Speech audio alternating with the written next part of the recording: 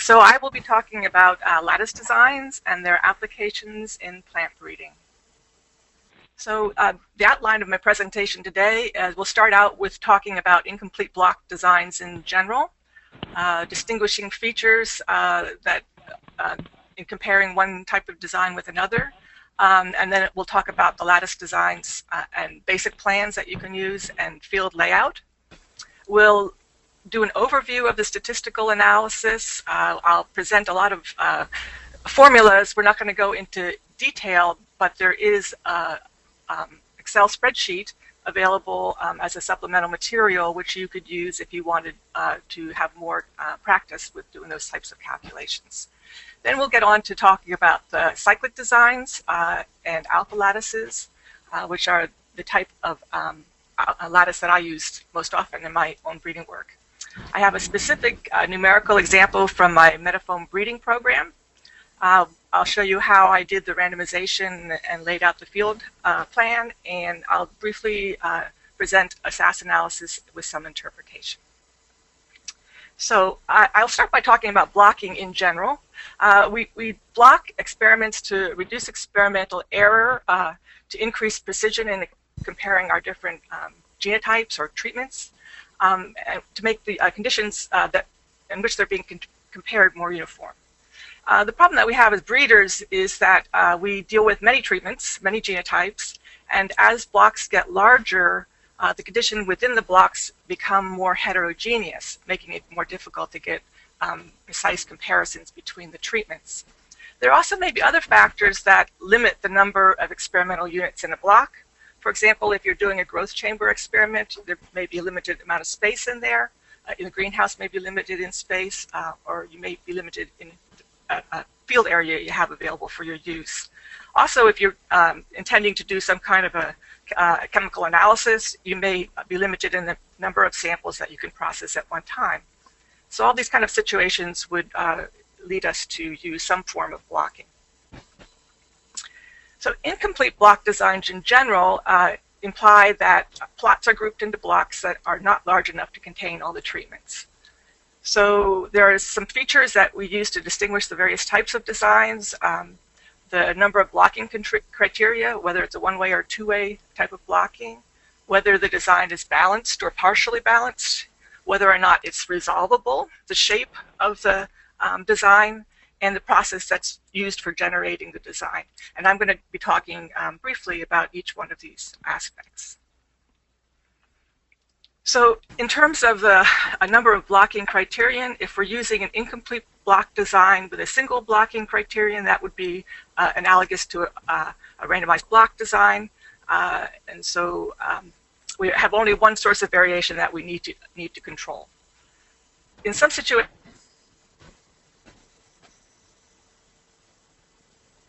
use an incomplete block design that's based on a Latin square. In a Latin square, complete block design, you would have to have t-square observations, experimental units, to do the experiment, and that certainly may be impractical for large numbers of treatments. Another type of design with two blocking criteria would be a row-column design, and in that case, if it's an incomplete block design, either the rows or the columns could be incomplete blocks.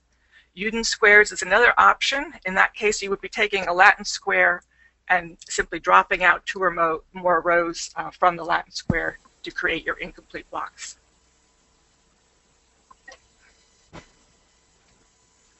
So I want to distinguish between balanced incomplete blocks and partially balanced incomplete block designs. With the balanced incomplete block designs, each treatment occurs together in the same block with every other treatment an equal number of times. So I've shown here some notation that we'll be using throughout the webinar. The T represents number of treatments. K is the number of units per block, so that would represent our block size. B is the total number of blocks in the experiment. R is the number of complete replicates of each treatment. And lambda is the number of times that treatments occur together in the same block. So lambda is related to the number of reps and block size and number of treatments in this manner. So with balanced incomplete block designs, all pairs of treatments are compared with the same level of precision because everything occurs the same number of times with every other treatment. So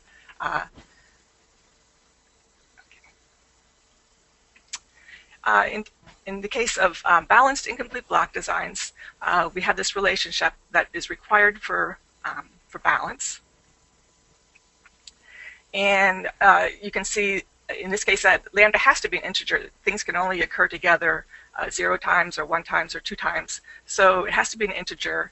And then we have these other constrictions here that the total number of plots has to be the product of the total number of blocks times the block size, which has to be equivalent to the number of complete replications times the number of treatments.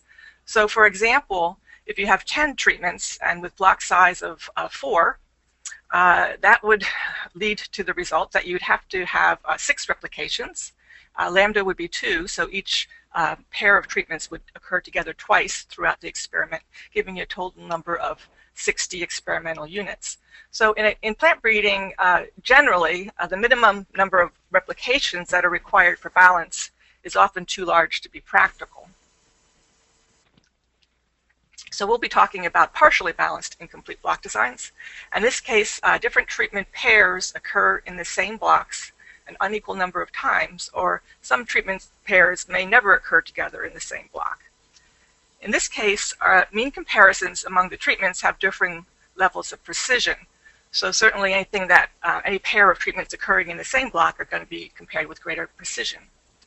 This makes the statistical analysis more complex, but this is certainly the commonest situation for plant breeding trials because we have so many genotypes that we want to evaluate. When we talk about lattice designs, an important concept is whether or not it's resolvable, and the lattice designs are an important type of resolvable incomplete block design.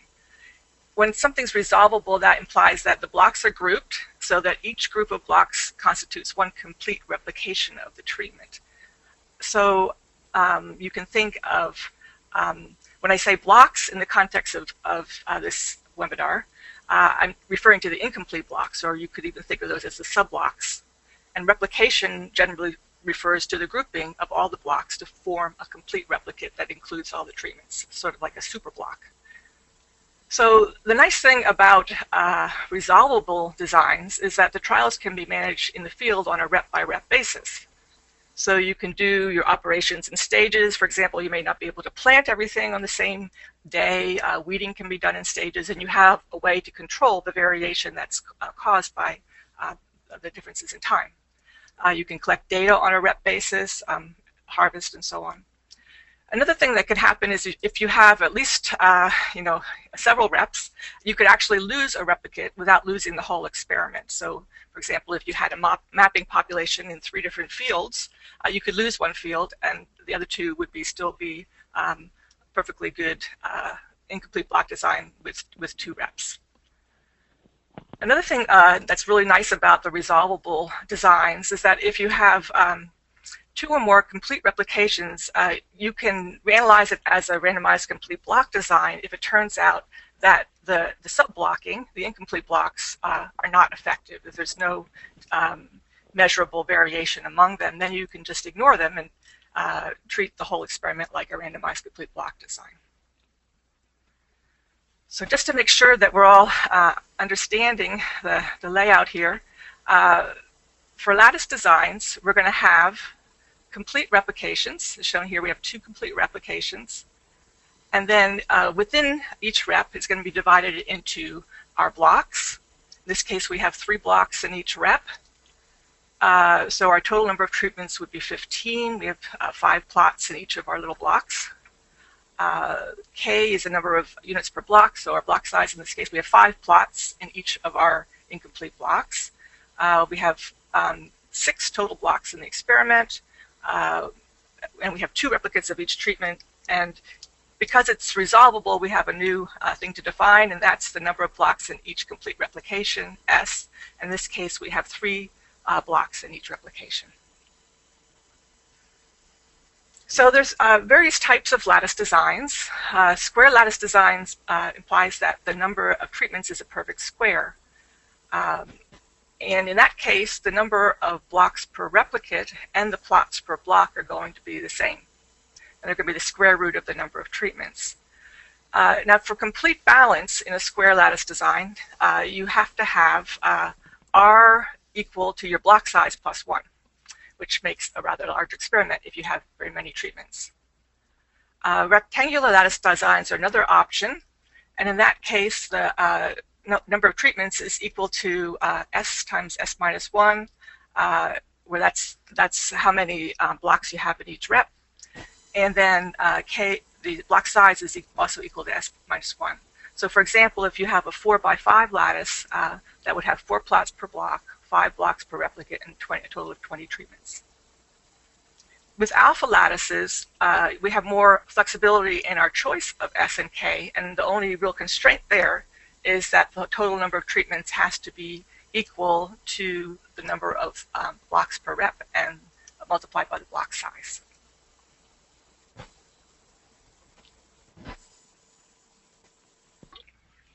So this is the basic plan for a square lattice. And as we said, for a balanced square lattice, we're going to have a number of reps is going to be 1 greater than the block size.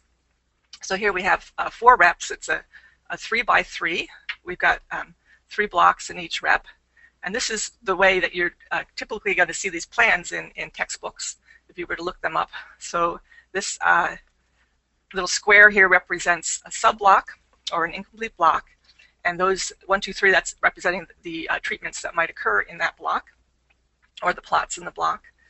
And so just to re-emphasize, by balance, we mean that each treatment occurs together in the same block with every other treatment an equal number of times. So in this case, if you look through this design, you'll find that, for example, entries 1 and 2 only occur together in that block 1 of rep 1. You won't find them together anywhere else, and any particular pair you look at will be occurring in 1 block in this experiment. So lambda equals 1. Many basic plans like this can be found in Cochrane and Cox as a good reference. So in terms of the randomization, once you have your basic plan, you want to have your blocks composed of plots that are as homogeneous as possible. So you choose your block arrangement in that way. You then need to randomize a basic plan. So you first would randomize the order of blocks within your replications, and then you would randomize the order of the treatments within each block. So for example, if you were doing a 3x3 balanced lattice with 9 treatments, you would come up with a random number sequence. Say for example, you have a rank of 2 here.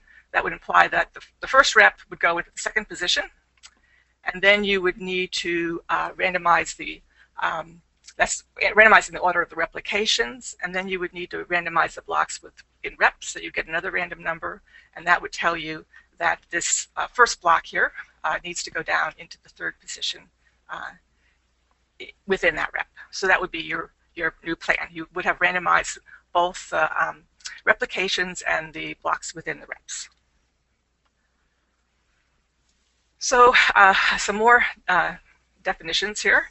For partially balanced lattices, that implies we don't have a complete set of reps.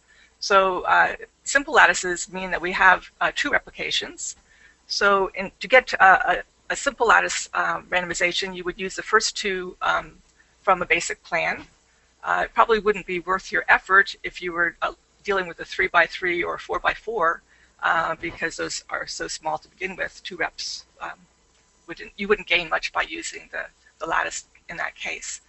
Triple lattices have 3 replications, 3 complete blocks. So you would use the first 3 from the basic plan, and there are possible triple lattices for all squares from 3x3 to 13x13. And you can have multiple sets. You could have 2 13x13, for example. But the analysis would be different in that case. Quadruple lattices have 4 replications, so you would use the first 4 from a basic plan. And some of these don't exist. There's no 6x6 and there's no 10x10, for example. All right, so I'm going to talk now a little bit more about the analysis. As I said, I'm going to present a lot of formulas. This is really just if you're particularly interested in knowing the ins and outs of the calculations and where all the sums of squares and so on come from. I also have an Excel spreadsheet that I've done all the calculations on, so you could could look at that. I'm going to try just to walk you through sort of the overall strategy and not get too bogged down in the details. But we do need to understand what the model looks like. So if we have a single blocking factor, and that's what I'm going to be talking about today, is lattice designs with single blocking factor. You're going to have in your linear model, you'll have a treatment effect, a replicate effect, an effect for the blocks within replicates, and then your random error. So looking at the analysis of variance, it's going to take the same form regardless of whether you're talking about a simple, triple, or quadruple lattice. The first step you have to do is to compute two error terms. Error B is the variation, represents the variation among your incomplete blocks. And then the intra-block error represents the variation among plots within each block. So I also have here, as I said, I've provided formulas for those who are interested. They're pretty much standard, calculations for analysis of variance. The one difference being here that our sums of squares for blocks is adjusted. Basically, you're making an adjustment for how the treatments in that block performed throughout the experiment.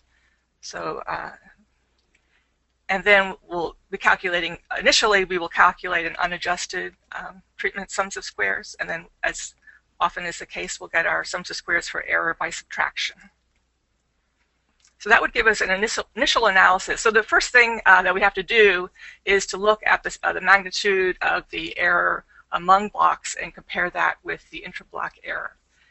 If the error among blocks is smaller than the intra-block error, that means we really don't have any need to make any kind of adjustment for our treatments means based on the block effects. So in that case, we can just ignore our sub-blocking, our incomplete blocks, and analyze the experiment as if it were a randomized complete block design, just using those complete replications as our blocks.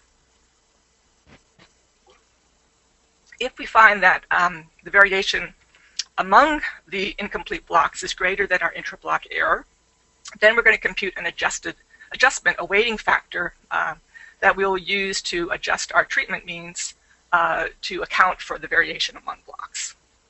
So this is just showing how you could do that.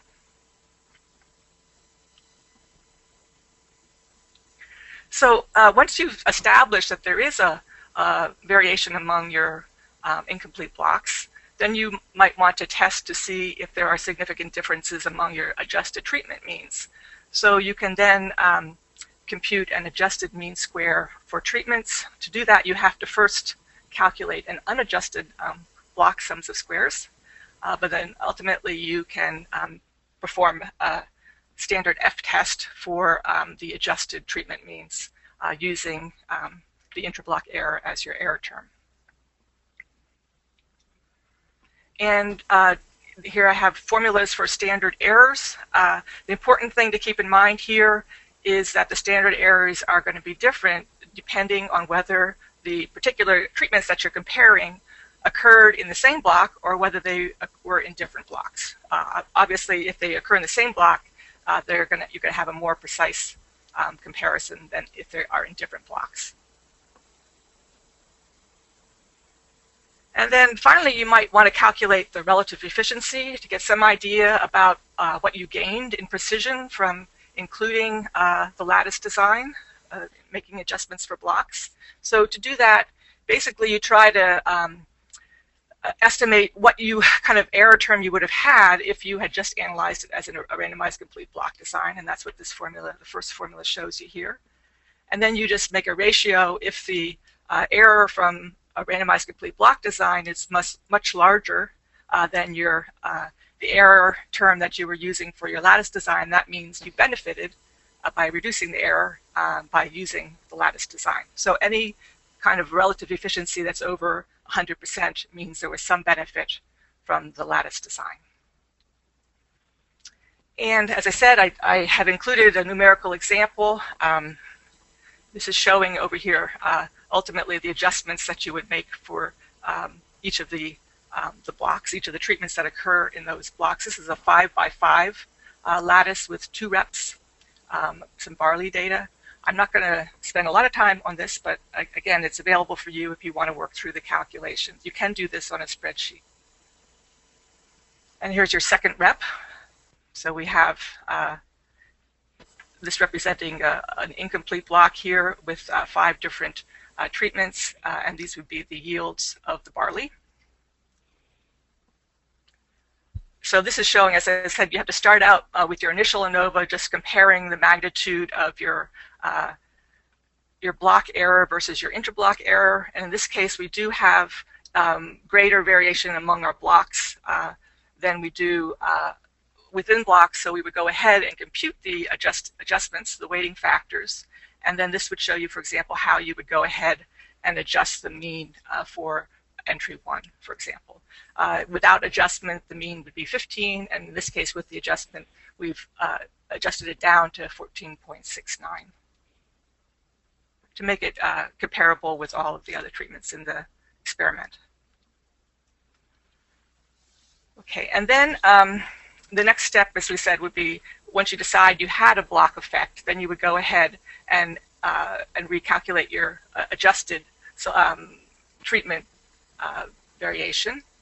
So you could also then go ahead and do a F-test to see if you have significant differences among your adjusted treatment means. Okay. And then I have a calculation here showing how you would calculate the relative efficiency. In this case, you can see our estimated error for our randomized complete block design is larger than it is for the lattice design, which means we gained about 10% increase in efficiency from using the lattice design. Okay, now I'm going to talk about cyclic designs, and this is an alternative to using these extensive tables of design plans that I showed you previously. With the more formal plans based on balanced lattices, you have to be pretty careful about how you're assigning your treatments to your experimental units, that you don't make mistakes and mix things up during field operations. But these cyclic designs give you a little bit more flexibility. They're pretty easy to construct. You don't need large tables of plans. And basically, you start with an initial labels for your treatments, and then you simply increment. In this case, you were just incrementing in each incomplete block, incrementing each of the labels by 1. And then because we have 6 treatments in this example here, with the block size of 3, once you get up to 5, then you go back to 0. It's modulo 6 because we have 6 treatments. So this is just to show you that all you need in this case is an initial block. And then from there, a randomization is generated. And a good reference for this is Cool in 2000. But from the cyclic designs, another kind of breakthrough was in 1976 when Patterson and Williams came up with a way to construct cyclic designs that are resolvable. And so it has all the desirable features of the lattice designs because the subblocks do resolve into complete reps. So we find that alpha designs are available for many combinations that we just couldn't obtain from the older lattice designs. Similar notation, but really our only constraint now is that the total number of treatments has to be the product of the number of blocks per rep and the block size, the number of plots in each block. And so in this case, we have efficient designs that exist for some combinations for which conventional lattices don't exist. You can accommodate unequal block sizes in these designs. I find there's so many options of combinations that you can use. You can always put in a few more check entries in particularly in large experiments. That's not a bad idea anyway. So I find I don't need unequal block sizes. I have enough options to choose from. 2 types that you'll hear about. There's the alpha 01 and the alpha 012. This refers back to the concept of lambda that I talked about,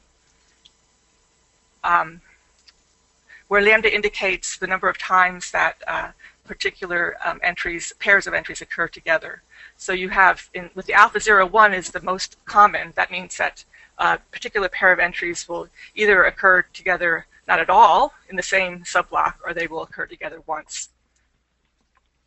The 0, 1, 2 means you'd have what they call 3 associate classes. So some would never occur together, some would occur once, and then you'd have some that would occur in 2 different subblocks throughout your entire experiment. Okay, so if you wanted to, it's not too difficult to understand how the alpha designs are generated, but it's not really necessary to understand it either. There's some pretty good software out there that will come up with the designs for us.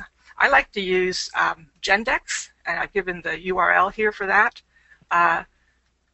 They actually have a number of modules for generating incomplete block designs. I use the alpha to develop alpha designs. And the nice thing about it too is they don't just give you a design, they select a design that's most efficient. And the recent versions of alpha can actually come up with designs for as many as 10,000 entries, which is very powerful.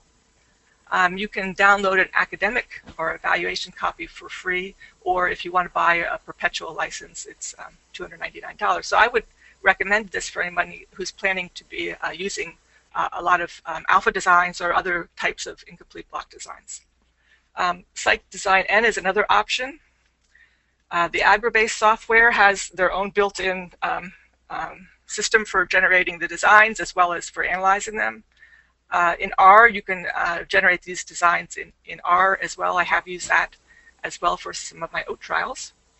I have seen code for generating the designs in SAS as well. I've given a link there where I found a good explanation of it.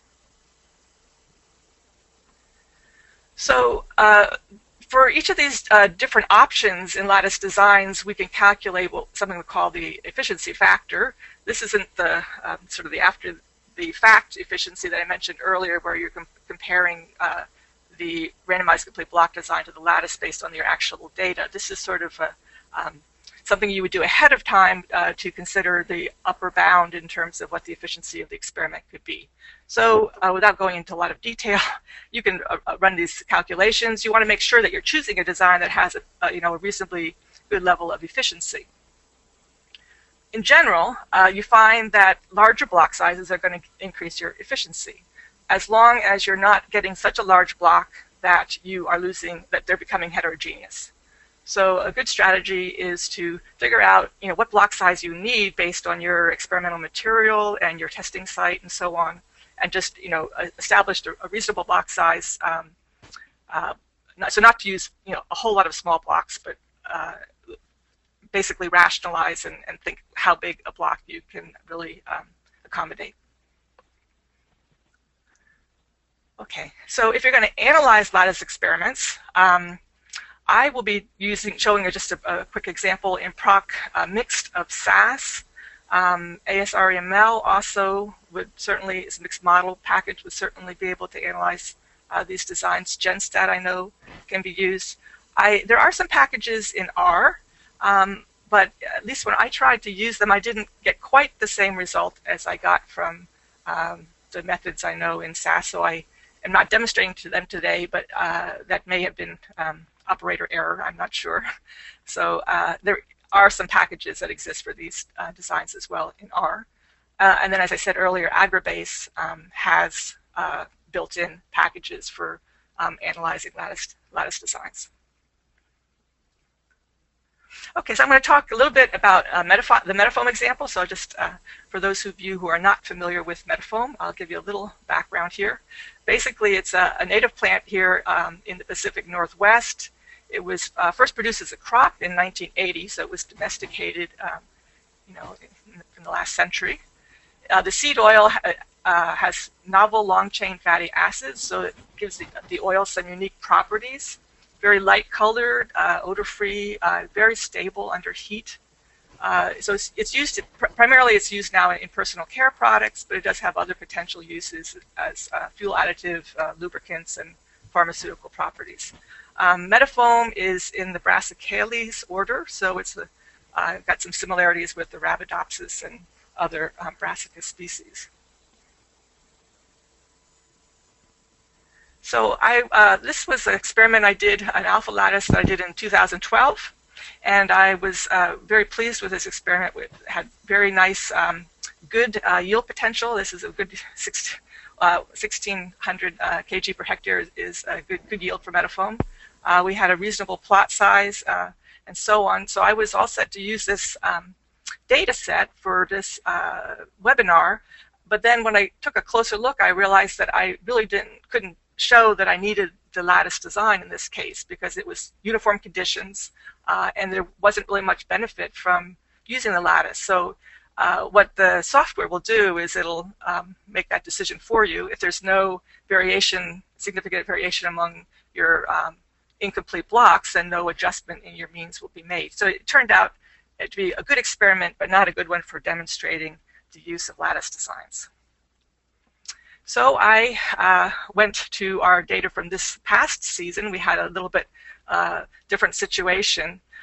In this case, we had a low yield potential. We had trouble in the fall planting.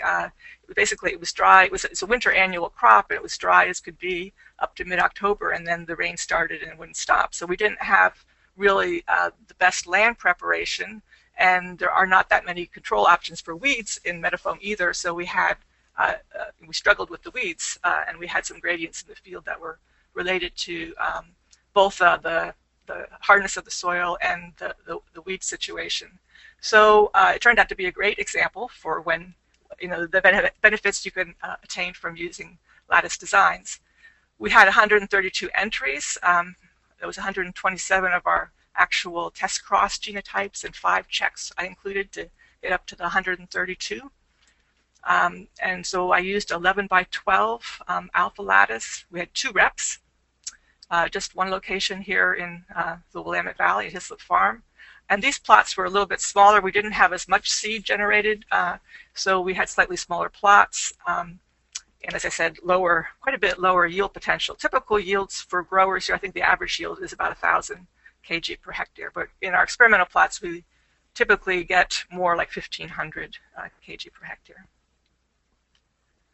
Okay, and the purpose of this particular trial, it was part of our selection for autofertility. Metafoam is an outcrossing crop, and it maintains that through various mechanisms. The anthers tend to mature before the female parts of the flower. And also, as you can see in this last little diagram here, by the time the female matures, it's up above the anthers, and the anthers have already shed the pollen. So that tends to promote outcrossing. There's also, we use commercial honeybees in the metafoam fields, but there are also a number of native pollinators that do that cross-pollinate for us. There is some potential for self-in, though. There are some related species to L. alba that are self-fertile. The flowers are perfect, it's self-compatible, and flowers close at night. So if you can reduce the difference in the height here, and you have the flowers opening and closing, there is a potential for autofertility. So this particular population I was working with was derived from some crosses to the subspecies versicolor, some self-pollinating lines that had been identified from there. The big question in my mind was whether we would get some inbreeding depression if we did succeed in increasing the autofertility. And that's an open question. We know that we get inbreeding depression in subspecies alba, but we're not so sure about the versicolor. So what we did basically, we self-plants in the greenhouse for 2 generations. I inherited this population from my predecessor. We took the population and self-plants in the greenhouse for 2 generations without pollinators, and then we just selected for high seed number. And then we took those S2 families and put them out in an isolated nursery with honeybees to produce test cross progeny. So we want to have both the potential for autofertility in case you have very cloudy, rainy weather during the pollinating period and don't get good pollination from honeybees. But we also want to make sure we have good yield potential. So this was our isolated nursery where we were creating the test crosses. Each of these looks like a single plant, but is actually 4 to 5 sibs as part of an S2 family. So here you can see that there's a lot of variation. There's much similarity within families and variation in color and the shape of the flowers and growth habit and so on amongst the families. So the seed that we harvested from there was what I showed you in that earlier slide of the plots that we evaluated and that we're using for this example. So I got a randomization from alpha, and as you can see here, it told me the efficiency estimated would be 85%, which is acceptable. And so it gives you this, you give it some parameters, you answer a few prompts, and it gives you this plan. And in the plan, my incomplete blocks are in the rows. So, and then I have 2 replications. So this part here represents my first rep, and this represents my second rep. So just to show you, taking this first block and see how that goes out into the field, this was one of our complete reps in the field. So that first row I simply put into this particular incomplete block here, and we have 12 incomplete blocks in this particular rep, each one there. And the nice thing about these one-way designs, I mean, you can be more sophisticated and do row column designs and things like that, but these are completely flexible. I can just go out here, I can lay them out in sequence, I can serpentine. The direction doesn't matter as long as the entries that are supposed to be in a particular block stay together. It's quite flexible. I had my second rep of this actually was only 4 ranges deep and 3 sections wide, and where this one was 6 ranges deep and 2 wide. So you have lots of flexibility in how you lay these things out. And if I find that I don't have any variation among my subblocks, I can simply treat this as a complete rep and analyze it as such. Okay, so in the data set that I've given to you, I included several variables. We have, of course, measured more than this, but these are some of the ones that might be of interest. Plant height, 1,000 seed weight, oil content is very important, and seed yield. So I'm just going to show you how you would input this data here. For SAS, you would use the data step here with an input statement corresponding to each of the columns in your data set, and then so I had 132 in each of 2 reps. And you can also calculate derived variables. Oil yield is of high interest to us, which is simply the product of the seed yield and the oil percent. So that's how the data would be input. There's other options too in terms of just importing. You can import CSV files or however you want to bring them in, but this is just showing a manual data input. And then running a mixed model analysis of yield, and I'm just going to talk today about the situation where I'm considering my entries to be fixed. I basically want to compare them and figure out which ones to select and recombine and continue on with my recurrent selection program. So I'm using ProcMix, a mixed model package, and our linear model here only includes the fixed effect, which is my genotypes. And then I have a random statement here, which indicates that my complete blocks, the reps, and the blocks, the incomplete blocks that occur that are nested in each complete rep, those are my random effects. And so I can get solution for my random effects, estimates of those variance components, which I can use then to see how big or how important, say, for example, the block-to-block variation was. And then I usually have do some kind of a mean comparisons. In this case, I'm asking for everything to be compared to one of our check varieties, Ross. And these output statements, you don't really need to have these, but if you want to have all the data put into a common file for Excel file for later use, that's a convenient way to do it. So then the output that we get, up here we have estimates for our random effects, which would be for the complete blocks and the block within reps, the incomplete blocks, and then our error term. And what you can see right here is that we have a pretty substantial variation among our blocks. And so in this case, the SAS procedure would go ahead and automatically make the adjustments to my means based on the variation that occurred among blocks. If that estimate had been 0, then there would be no adjustment made. I would just be given back the arithmetic means for my 2 reps. And down here, it does do an F-test for the fixed effects as well. As you can see, I had significant variation among all of the entries for yield and for the other characteristics as well. So just to summarize here, these are the estimates for the random effects, the variances for the other characteristics as well. And you can see in this particular year, I did have substantial block-to-block rep, block-to-block variation for height. I had this estimate here is 0, so there would be no adjustment made to the means for my 1,000 seed weight because it's a pretty highly heritable trait, and there just wasn't that much variation from one block to the next. So I would simply be basing my selections on the arithmetic means in that case. Slight benefit from the lattice for oil percentage, but not at the same extent as for yield or height, and then quite a substantial variation among my blocks for yield. So in conclusion, should we use alpha lattice designs? And I'd say yes. You don't really lose anything by using them because it's not particularly difficult or complicated. It doesn't constrain you in any way. You just have the option then to make those adjustments because you planned ahead and had done the randomization in a certain way. And it's in this situation, this is my first year OAT experiments from last year. I used alpha lattices here, and they were also quite helpful. So it's when you don't have perfect experiments that you really benefit the most from using the alpha lattices. It's a good insurance policy, and it really isn't that hard to do. So I have some references here for you. And I have a separate list also in the supplemental material. And then I just want to acknowledge our funding sources, particularly the Meadowfoam Oilseed Growers Cooperative, my staff, Gary Sandstrom, Ann Corey, and our student workers.